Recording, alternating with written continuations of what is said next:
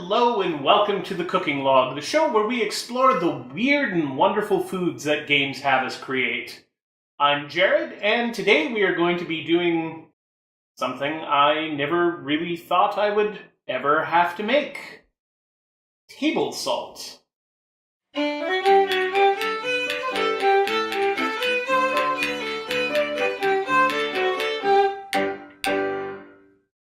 Now, while the item description for the rock salt does say that it can be ground for use as table salt, the actual recipe involves distilled water, which has very little to do with the grinding. This means that the table salt recipe is actually a refinement of the rock salt. And as such, that's what we're going to do. What we're attempting to do is take our rock salt and remove any insoluble trace minerals.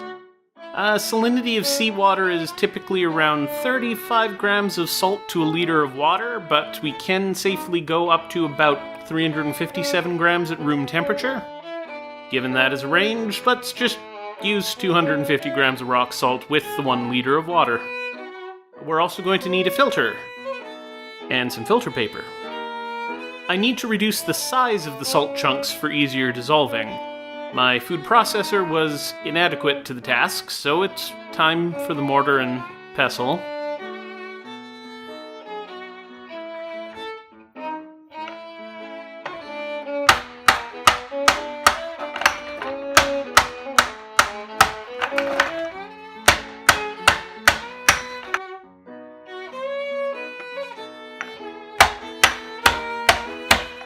This is gonna take a while.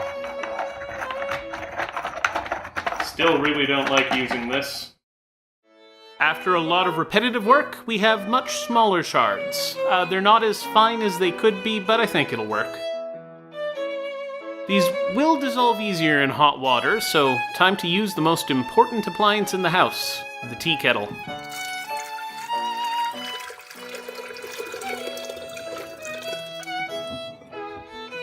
A little bit of waiting,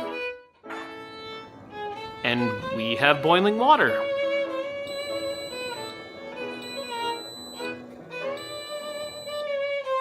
Since I don't want to risk salty tea for the next few days, I'm just going to dissolve the salt in the bowl.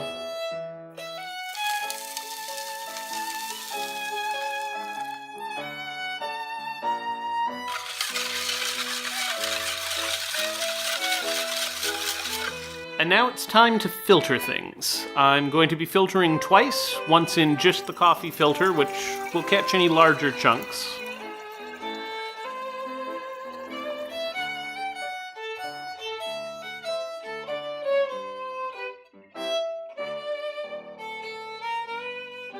And then we're going to go through proper filter paper after, which is, once again, going to take a while.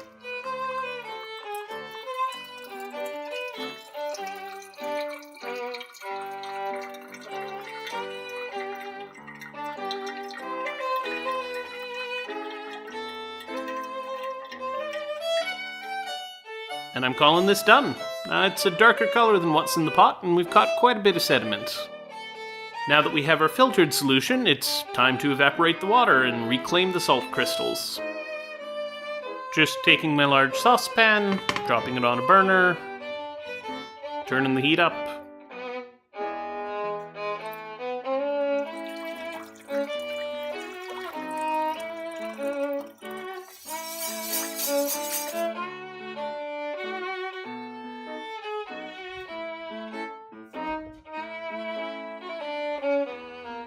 I'm just noticing a bit of crystal formation on the whisk, so getting that out of there.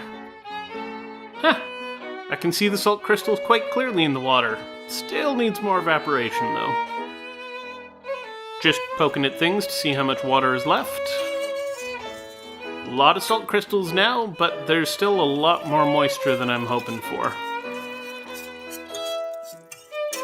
I think this is good.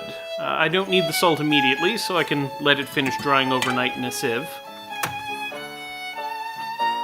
It's still quite pink, but it looks like a much more usable form than the original rock salt or even the grind, so this is promising.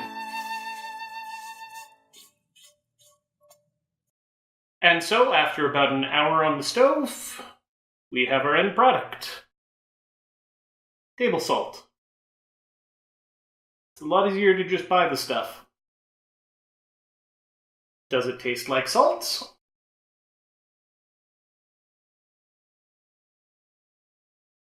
Yes. The answer is yes.